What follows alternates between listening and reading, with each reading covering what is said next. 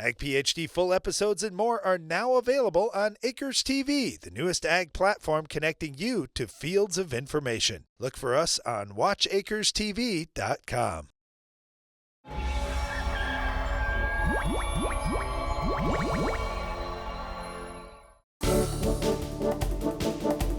During our Farm Basics time today, we're going to talk a little about insects versus mites.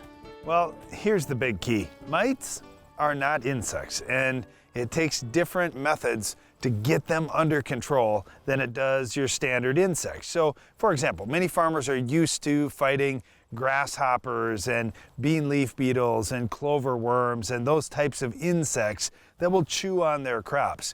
But these mites are tiny little guys that you would think, oh, it must just be a really small insect, but it's not. The mites are different.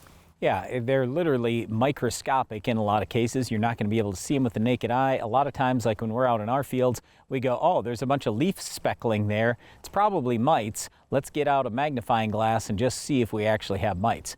Now, whether you have mites or insects, part of the reason why this becomes a real big issue on the farm and why we need to identify them so we can figure out how to control them is they don't just damage the leaf. They can actually inject disease or at least open the plant up for disease. So once you see leaf feeding, all right, now you got a damaged plant, but then on top of that you get disease, now it's a real big problem. Yeah, not every mite is the worst thing in the world, but there are some that are pretty problematic. For example, let's take spider mites.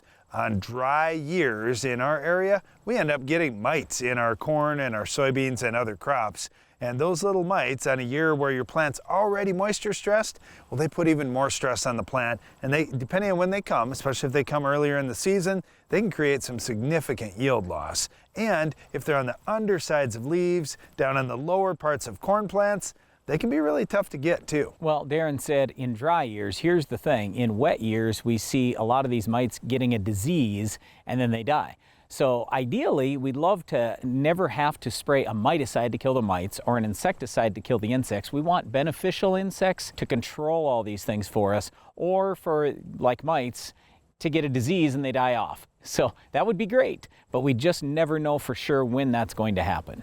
Brian mentioned that mites can open up the plant to disease. They can also transmit disease, as is in the case of the wheat curl mite. And this was a challenge even on our own farm for us. We had wheat crops and grasses that we were raising. We had some wheat curl mites in there, and we went right back to planting winter wheat without burning everything off and giving it plenty of time for those mites to go away or perish. They just moved right into our new winter wheat crop and made a home. Well, and that was a disaster. Yeah, but the other problem was we were spraying insecticide for the bugs, weren't even paying attention to the mites that were out there. We hadn't had that problem before. It does take a different product. You have to use a miticide as opposed to an insecticide.